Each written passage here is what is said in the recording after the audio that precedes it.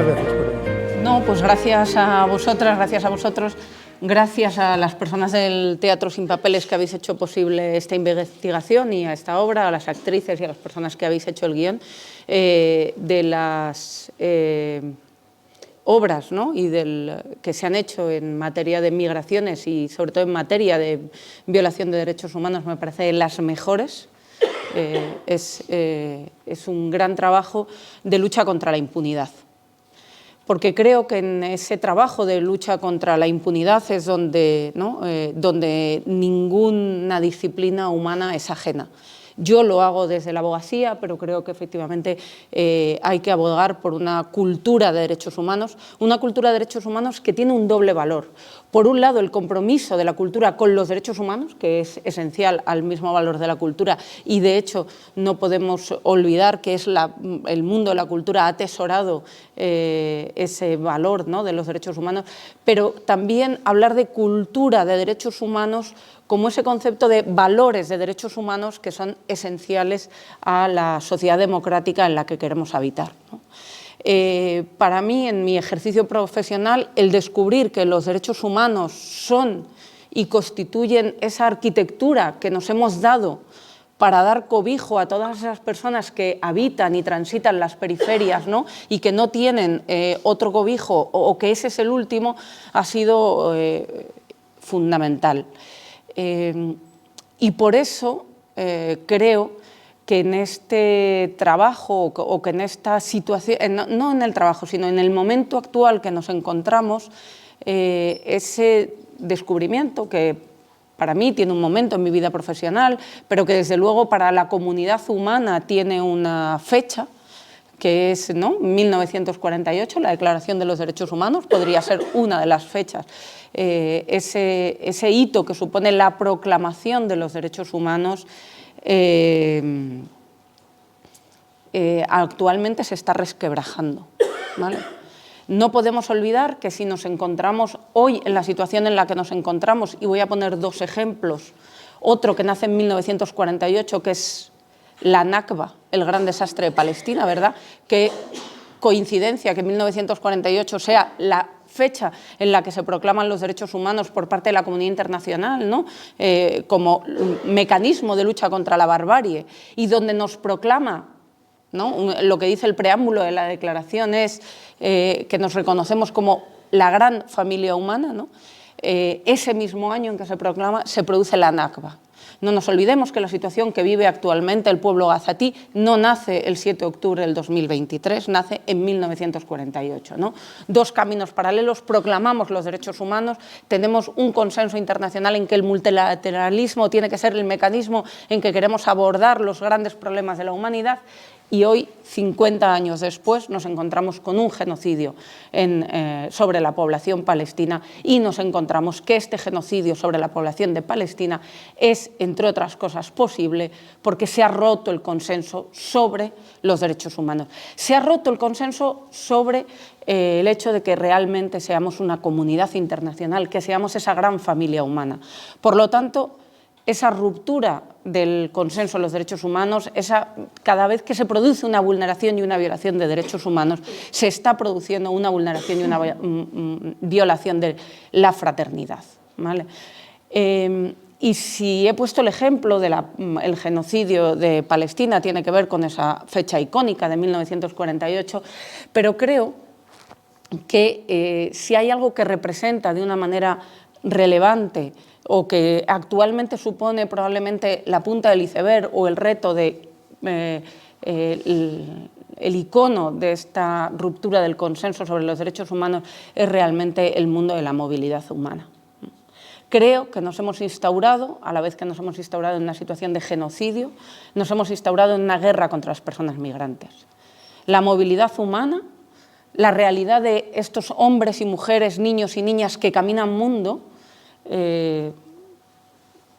es absolutamente consustancial al concepto mismo de la humanidad. Esto lo sabemos, es reconocido por absolutamente todos los agentes sociales, sean estos de carácter económico, sean estos de la naturaleza que sea. La migración es un fenómeno, es una realidad, está ahí y es incontestable. lo que ahora mismo constituye una novedad es cómo el norte global se enfrenta a la realidad del fenómeno migratorio. Y lo estamos haciendo desde unas dinámicas de lucha contra las personas en movilidad humana. Hemos señalado y hemos colocado en el objetivo de la diana del discurso negacionista de los derechos humanos y en la diana del discurso del odio a las personas en movilidad. Esto lo hemos hecho a base de, vuelvo a lo mismo, romper el consenso sobre la fraternidad. Hemos distribuido el mundo entre unos y los otros. Hemos construido y hemos dibujado una realidad que ha consentido la categoría de la atrocidad. Vivimos instalados en esa categoría. Y no nos olvidemos, es muy fácil pasar de la atrocidad a la atrocidad. El mundo tiene experiencia sobre esto.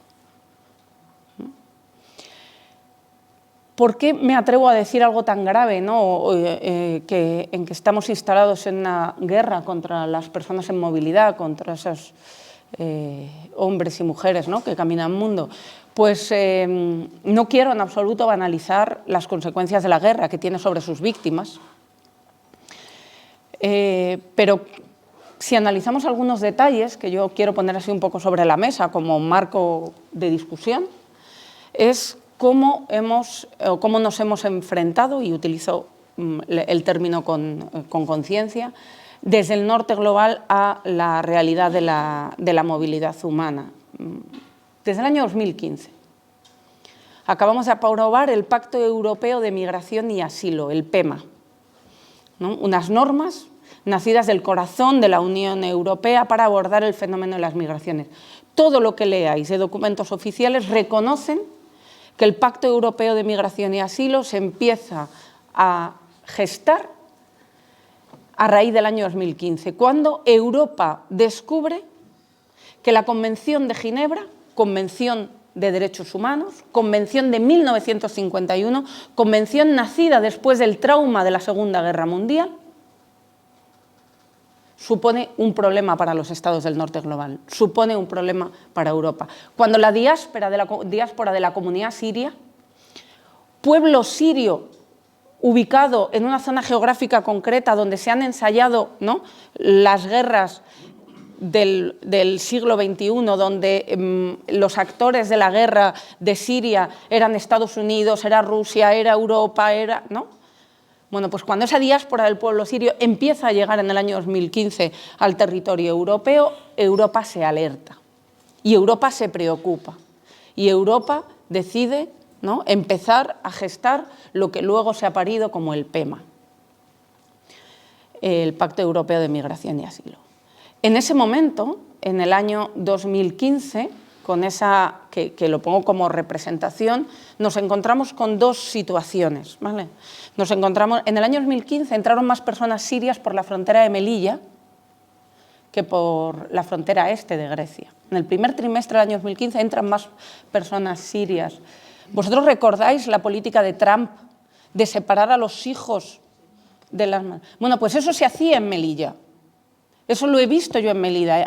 He acompañado a familias sirias, a familias costamarfileñas que cruzaban la frontera de Melilla con sus hijos e hijas nacidas en el camino, de las que no tenían documentación, y las madres y padres iban al CETI y los niños iban a la Gota de Leche, que es el centro maternal de Melilla.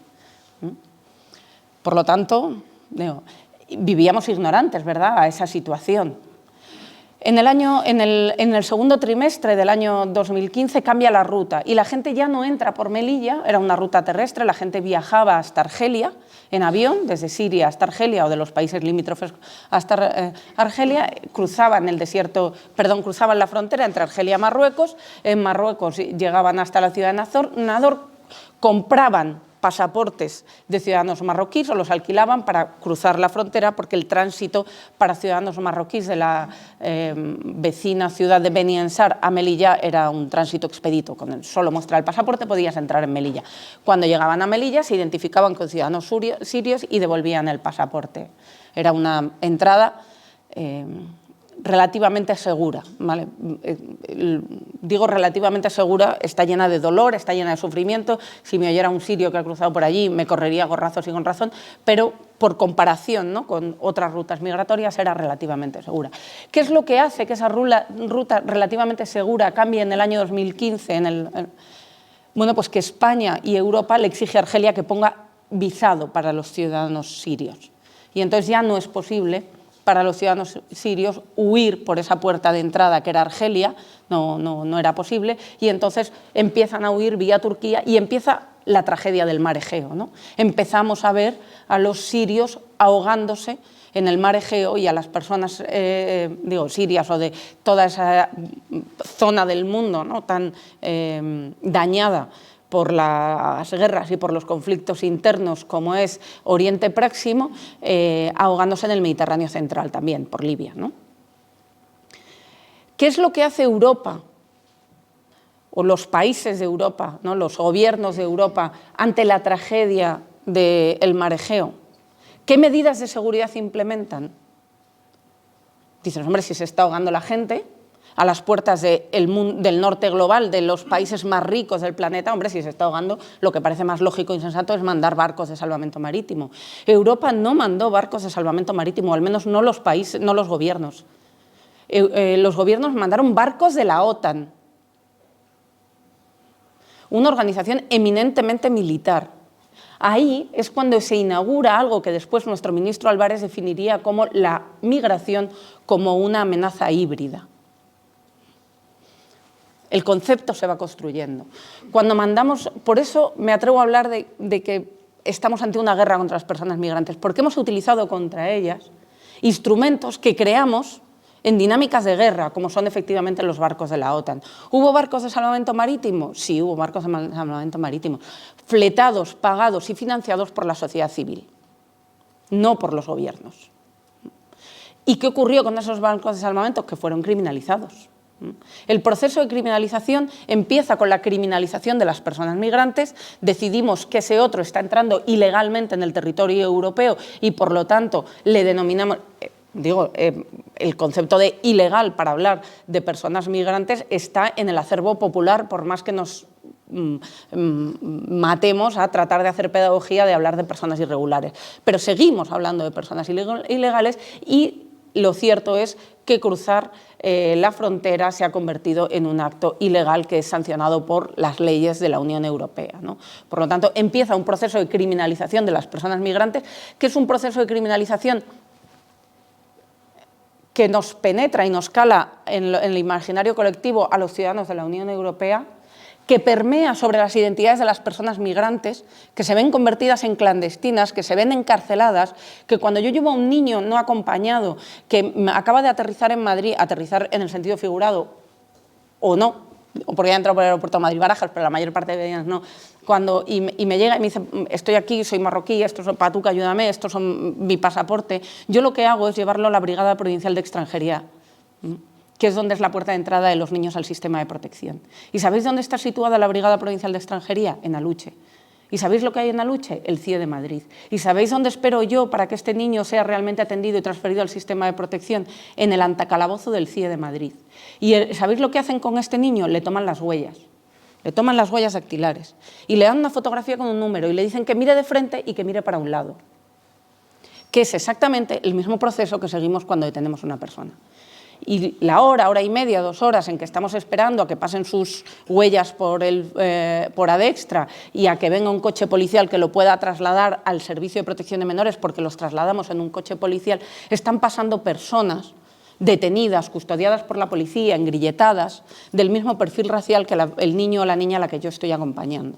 Y el impacto identitario que tiene esto sobre este niño y esta niña, primero el miedo, porque claro, si estás tú todo el rato viendo pasar personas negras, personas moras o personas latinas detenidas, dices, yo que soy negro, moro o latino, el siguiente que va para adentro soy yo.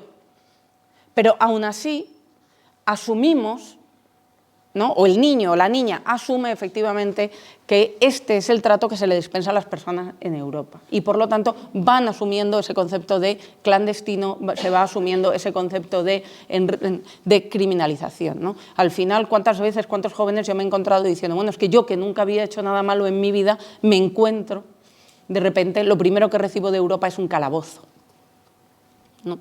Dice, ¿cómo le digo yo a mi madre? Me decía Arona, que se autodenominó Ronaldo cuando llegó a Europa, Ronaldo yendo. Lo que hizo fue coger todas las letras de su nombre y les dio la vuelta para construir otro nombre que era Ronaldo yendo. Dijo, ¿por qué? Y le preguntas, ¿por qué Ronaldo? Dice, porque pensé que Ronaldo era un nombre que iba a sonar bien en Europa. ¿Y por qué yendo? Dice, porque era como yo estaba, yendo, ¿no? Su vocación era sonar bien, estar en camino, llegar, ¿no? ¿Y qué es lo que dice? Y él pensaba en ese calabozo de la ciudad de Ceuta. ¿Cómo le digo yo a mi madre, ¿no? Que estaba en un calabozo, ¿no? Pues este proceso de criminalización empieza contra las personas migrantes, pero se expandió a las personas que acompañaban a la movilidad humana. Lo vimos efectivamente en las personas que efectuaban rescates en el mar, lo vimos en Musai Zeray, sacerdote eritreo ubicado en Italia, que fue objeto de un proceso de criminalización. Lo vimos en la compañera Elena Maleno, que fue objeto efectivamente de un proceso de criminalización. Lo hemos estado viendo en compañeros en Grecia, en Francia, lo hemos visto con la sociedad civil húngara, al que se le puso unas tasas, unos impuestos de más de 25%, 15% para toda la sociedad civil, 25% para la sociedad civil que trabajara en materia migratoria, ¿no? Había una punición expresa. Por lo tanto, esa criminalización, ese proceso expansivo, que tiene como finalidad ir creando ese concepto de atrocidad. Porque si creo ese concepto de atrocidad, si las sociedades del norte global y en concreto en donde nosotros nos situamos, que es en el territorio europeo, empezamos a ver con el otro como a un distinto, que además no solo es un distinto, sino que además es una amenaza para mi bienestar, entonces cambiaremos, ¿no? Modificaremos la ventana de Overton de lo que es o no tolerable para esa persona, dispensaremos qué trato es o no beneficioso para esa persona y entonces habremos legitimado otro tipo de actuaciones que se verán con posterioridad y que ocurrirían con posterioridad. Por lo tanto, año 2015, yo creo que es cuando, por utilizar iconos, ¿no? Por utilizar símbolos que nos ayudan a poner nombre a las cosas, a categorizar, se inaugura la guerra contra las personas migrantes, que no es nueva, quiero decirte que, pero por poner un icono. Y yo lo pongo en los barcos de la OTAN. Pero si salimos de ese marco del mar Egeo y vemos cómo están construidas las fronteras del norte global, ¿no? Lo que nosotros denominamos la frontera sur española o la frontera sur norteamericana, no nos equivocamos, no es una frontera sur, es una frontera norte. Es la frontera norte de un mundo que es heredero y depositario, ¿no? De la vida. Porque nosotros, y yo lo acabo de decir, colocamos en 1948 la Declaración de los Derechos Humanos, pero en el siglo XIII el Imperio Mal y el Imperio Mandinga ya proclamó en las cartas del Mandem una primera Declaración de Derechos Humanos que os animo efectivamente a leer, porque creo que refleja de una manera muy importante, ¿no? Que hay una herencia y unos saberes que vienen del sur que estamos absolutamente despreciando. Y no nos olvidemos que en 1948, Declaración de los Derechos Humanos, es fundamental la contribución de la sociedad civil y es fundamental la contribución de esos saberes del sur. No en vano fue la relatora india la que consiguió que se cambiara la Declaración de los Derechos de 1948 y no fuera la Declaración de los Derechos del Hombre, sino que fuera la Declaración de los Derechos Humanos. Es decir, fue el sur global el que consiguió que fuera una declaración realmente inclusiva e integradora. En esto los franceses siguen resistiendo, Si acudís a Estrasburgo, en el Tribunal de Derechos Humanos, en el título, en francés sigue siendo, ¿no?, la Corte de los Derechos del Hombre. en estas dinámicas de control, ¿no? Vamos a ver cómo se controla la frontera europea o cómo se controlan las fronteras del norte global.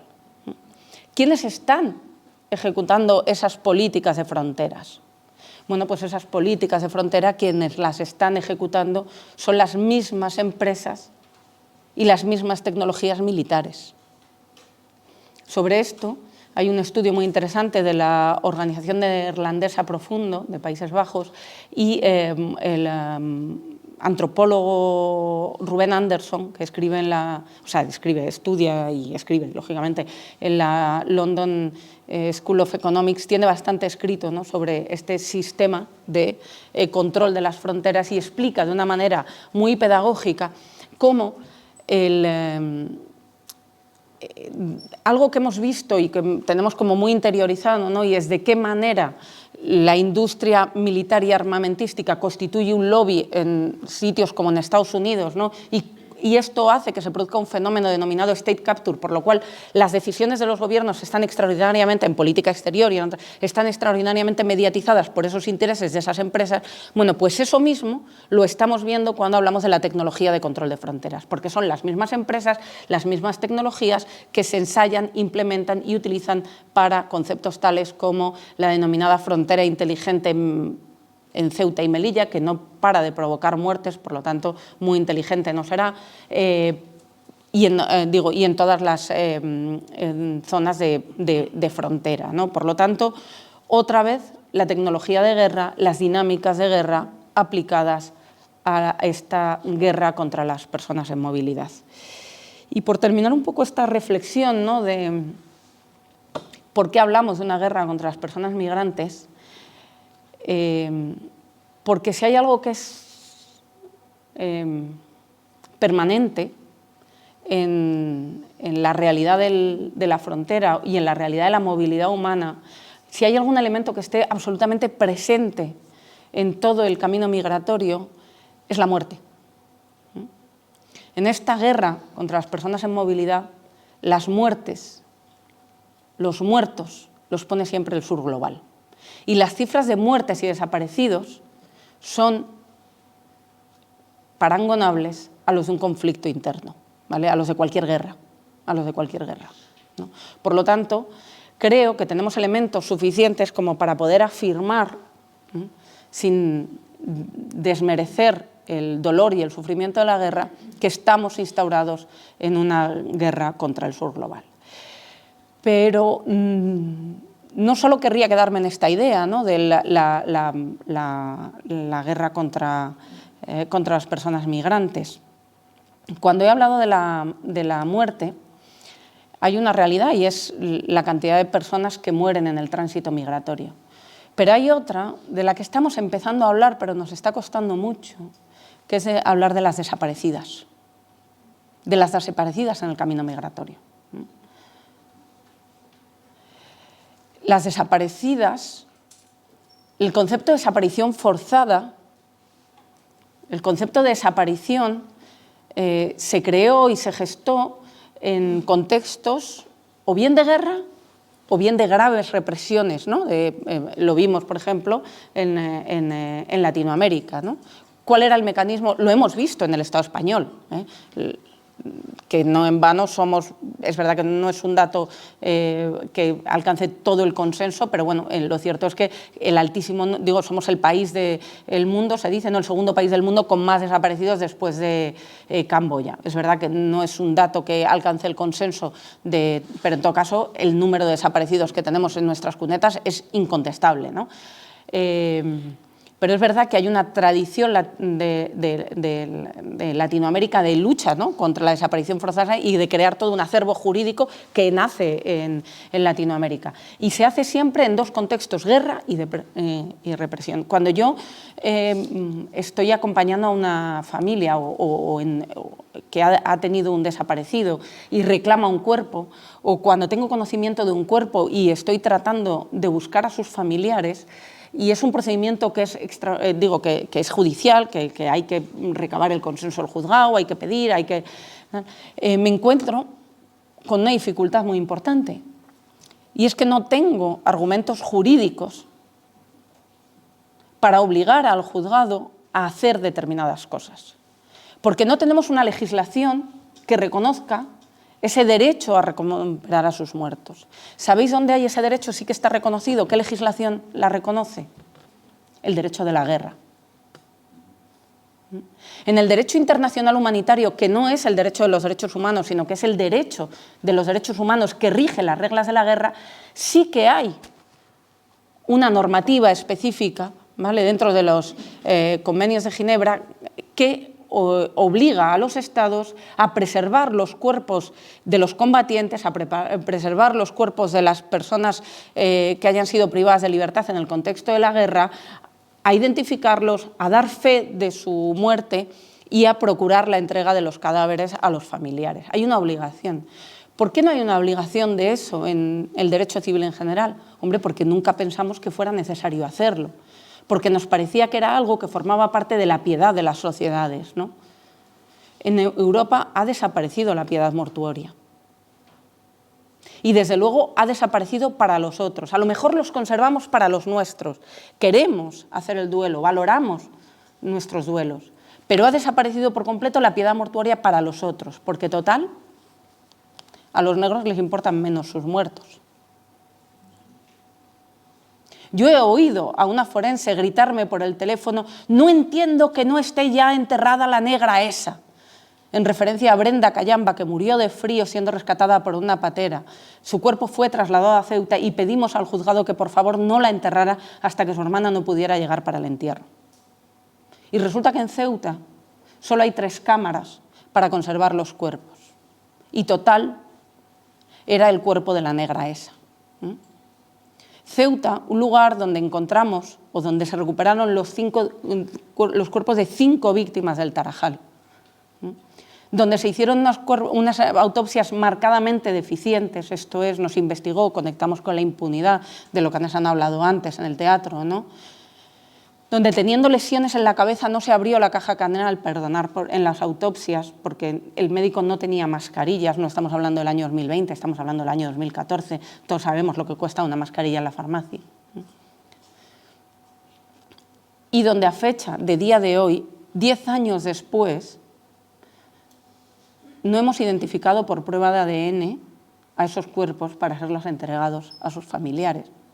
A pesar de que la familia de Larios, a pesar de que la familia de Samba, a pesar de que la familia de Dauda, a pesar de que la familia de Ousman reclaman, y esas madres han entregado pruebas de ADN para que se identifiquen los cuerpos de sus hijos, el tribunal siempre lo ha negado, porque no era necesario para el esclarecimiento de los hechos. Y yo no puedo obligar al juzgado a hacerlo porque, como no se ha producido la muerte en un contexto de guerra, no hay una obligación del Estado. ¿Por qué? Porque no pensamos nunca que fuera necesario hacerlo.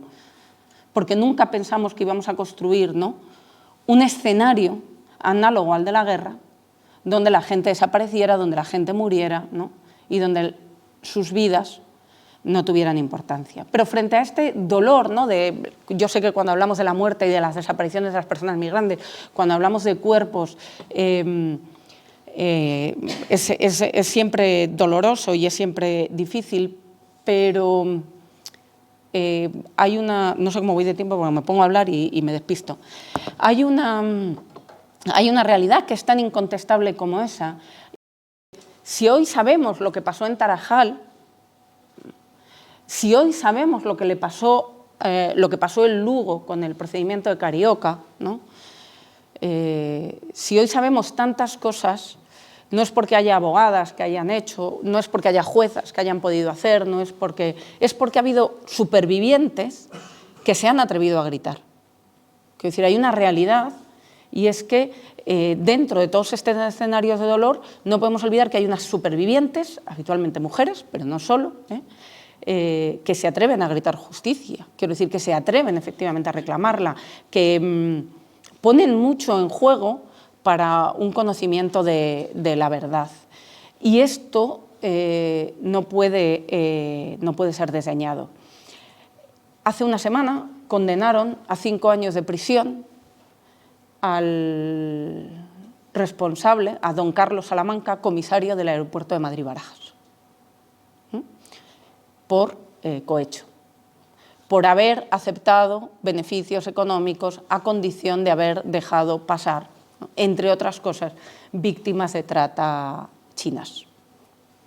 Es decir, ¿por qué se ha producido eso? Bueno, porque ha habido alguien que se ha atrevido. Entonces, el camino de la justicia es muy lento.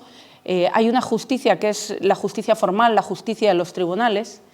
Esa justicia es muy difícil de conseguir, porque no nos olvidemos que está encarnada no solo por personas, sino que está por un poder judicial, y el poder es siempre y por esencia fuerte con el débil y débil con el poderoso, ¿no? Por lo tanto, la parte en la que nos empeñamos en acudir a los tribunales, y yo efectivamente lo hago, soy abogada, es mi trabajo, a eso me dedico, ¿no? Yo me defino a mí misma como ciudadana preocupada y de oficio abogada, y además abogada de oficio. Bueno, pues creo que hay una realidad y una institucionalidad, y nosotros tenemos que perseguir y luchar para que esa institucionalidad dé respuesta a las víctimas, pero no debemos fantasear y pensar que esa institucionalidad va a dar respuesta a las víctimas. Tenemos que seguir intentándolo, porque hay cosas que hay que hacerlas aunque creamos que no llegan a ningún lado, porque los procesos también forman parte del camino de hacer justicia, porque aunque no consigamos dentro del... Digo, si nos vamos a la enunciación clásica de qué hacemos, qué debemos hacer para con las víctimas de vulneraciones de derechos humanos, ¿no?, que es verdad, justicia, reparación y garantía de no repetición, a veces conseguimos saber la verdad, pocas veces conseguimos justicia, pero podemos hacer que el proceso sea reparador, ¿no? De la garantía de no repetición no me atrevo a hablar.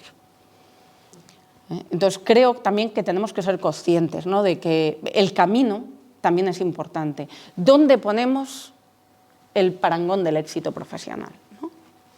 Yo lo comento mucho con las compañeras del equipo, a mí se me ve mucho, se me oye mucho, pero yo soy solo una persona, probablemente la que sea más descarada, y por eso estoy aquí, de un equipo mucho más grande, ¿no?, de gente que trabaja silenciosa y anónimamente por hacer las cosas que luego yo firmo o que luego yo, digamos, capitalizo públicamente, ¿no? Y trabajamos bajo dos premisas. Una es, esta es para animarnos, ¿no?, que lo imposible lo hacemos al momento y para los milagros tardamos un poco más. Y la otra es que a veces se gana y otras veces se aprende, y nosotros aprendemos mucho. O sea, seamos conscientes de que jugamos en la liga, ¿no?, en la liga de los de abajo. Pero no perdemos, porque estamos acompañando a personas que no tienen nada que perder. Entonces, ubiquemos, ¿no? O sea, el lugar de enunciación desde el que trabajamos y desde el que nos colocamos es extraordinariamente importante, ¿no? Entonces, hay un aprendizaje que yo he hecho, y lo he hecho desde el lugar desde el que me coloco y desde el que trabajo, ¿no?, que es como abogada de oficio, y desde el barrio de Entrevías, desde la comunidad San Carlos Borromeo, desde coordinadora de barrios, y es que hay un aprendizaje y una fuerza que tienen las personas supervivientes, ¿sí?, y eso es un motor de cambio que creo que es lo que hace que actualmente la sociedad civil estemos tan desarticulados, y es que hemos convertido a lo que antes eran las personas que nutrían los movimientos sociales en puros beneficiarios de... Hoy en día las personas migrantes son beneficiarias de programas, cuando en realidad la migración constituye hoy en día el movimiento de desobediencia civil más potente a nivel mundial. Los chicos y chicas que saltan la valla, que se arrojan al mar o que cruzan el aeropuerto, la frontera de Madrid-Barajas con la intención de quedarse en los territorios europeos o los territorios del norte global, clandestina y subrepticiamente, forzando las leyes al máximo, son Rosa Parks sentándose en el lado del autobús que le ha sido negado. Es un movimiento de desobediencia civil y nosotros los estamos convirtiendo en beneficiarios de servicios sociales. Y eso es lo que está generando, y eso me vale para la migración, me vale para las mujeres supervivientes de la violencia por razón de género, me vale para las mujeres supervivientes de la trata. Gente que ha sobrevivido a las mayores vulneraciones de derechos humanos, que tienen una resiliencia, un bagaje humano que yo no tengo, y muchos de los que estamos y muchas de las que estamos en esta sala no tenemos, y las estamos reduciendo a meros y meras beneficiarias de servicios sociales. Y luego vamos a las concentraciones y a las manifestaciones y nos quejamos de lo poco que está movilizada la sociedad civil. Es que la sociedad civil antes estaba formada por las víctimas, ¿no?, de un movimiento que que era fundamentalmente el movimiento obrero. Y entonces ahí había efectivamente una conciencia de estar siendo victimizado. Y eso nosotras lo estamos anulando muchas veces en nuestras intervenciones profesionales, ¿no? Por lo tanto, vuelvo a ese concepto de guerra contra las personas en movilidad, pero creo que no lo podemos desconectar de una realidad, y es como nosotros estamos leyendo y viendo a las personas que forman parte de nuestra sociedad, que han hecho un esfuerzo ímprobo por formar parte de esta sociedad, mucho más del que hemos hecho nosotros como méritos, y a los que no estamos sabiendo dejar el hueco efectivamente que les corresponde. Y que si volvemos otra vez a ese aprendizaje de los saberes del sur, probablemente nos enriquecería, romperíamos la barrera de la otrocidad y volveríamos efectivamente a ser capaces de construir, ¿no?, unas arquitecturas sociales, jurídicas, afectivas, que nos volvieran a animar a hablar de esa gran familia humana, ¿no?, que creo que es donde nos estamos jugando efectivamente el futuro. Lo he dicho al principio, el mundo de la migración está en el discurso, o sea, es una prioridad para los negacionistas de los derechos humanos, para la extrema derecha, y para mí la extrema derecha es la Liga Antiderechos. Quiero decir, lo que caracteriza a la extrema derecha es que niega los derechos humanos, ¿vale? Niega la universalidad de los derechos, por lo tanto niega los derechos humanos. Y creo que están en el centro de su discurso, porque son conscientes de que las personas en movilidad, las personas migrantes, son los más débiles. Porque son conscientes, y por eso han conseguido construir, ¿no?, en el discurso público esa percepción de la otrocidad, del otro, del distinto, el negro y el musulmán. Al que hoy me lo decía uno de los chicos de casa. Dice, es que la gente, en cuanto ve a una mujer por un año, le dice, mira, una mujer marroquí. Dice, da igual que sea española, da igual que sea, ¿no? Pero si hay dos sentimientos hoy en día que son más poderosos, el sentimiento antinegritud, esto ha cambiado mucho, ¿eh? En el año 2006, cuando empezaron a llegar, cuando la primera crisis de los cayucos, las personas negras suscitaban compasión en el imaginario colectivo en España, los moros no, pero los negros sí. En el año 2024, esto ya en el año 2014 empezó a cambiar, ya eran jóvenes atléticos violentos. Estoy utilizando expresiones del ministro Jorge Fernández Díaz el 6 de marzo del 2014 en el Congreso de los Diputados. Un mes después de la tragedia, podía haber aprovechado para hacer algo de memoria de los muertos y lo utilizó para descalificarlos y colocarlos en ese concepto de invasores. Hay toda una teoría de la sustitución, ¿no? Bueno, pues todo eso tiene que ver con... Por eso yo creo que nuestra responsabilidad es la de construir, yo propongo, ante el Pacto Europeo de Migración y Asilo, un gran pacto de la sociedad civil contra el pacto. Porque si la extrema derecha consigue hacer cuña, y tenemos a las puertas las elecciones al Parlamento Europeo, si la extrema derecha consigue hacer cuña y entrar en la ruptura del consenso de los derechos humanos, eliminando los derechos de las personas migrantes, habrá hecho eso, cuña. Y esa cuña servirá para fracturar todo el arco de protección que eso supone. Entonces creo que tenemos ahí efectivamente un reto. Os recomendaría que vierais la obra de teatro de Nunca pasa nada, pero ya la habéis visto. Ved la de El Salto, la película El Salto de Benito Zambrano, es imprescindible. Y si tenéis ocasión, escuchad la conferencia inaugural, se me acaba de Reyes Mate, el de las Jornadas de Derechos Humanos de Motril, donde habla efectivamente de la... ¿no? Reyes Mate es el filósofo actual español de la memoria, ¿no? Bueno, pues tiene una conferencia brillante donde expone mucho mejor que yo. Lo que voy a hacer ahora es cómo los refugiados son la vanguardia de los pueblos, en referencia al artículo que escribió en 1951 Hannah Arendt en relación a su experiencia vital, ¿no? Y él sostiene la tesis de que la actual tensión que hay con las personas en movilidad nos aleja del concepto de 1948, nos aleja del concepto de los derechos humanos al establecer dos categorías de personas. Unas, las personas que son ciudadanas, y otras, las personas que son solo seres humanos.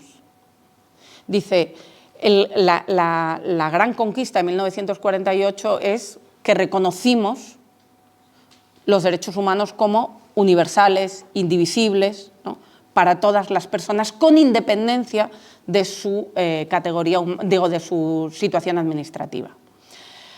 ¿Qué fue lo que hizo el derecho nazi con los judíos?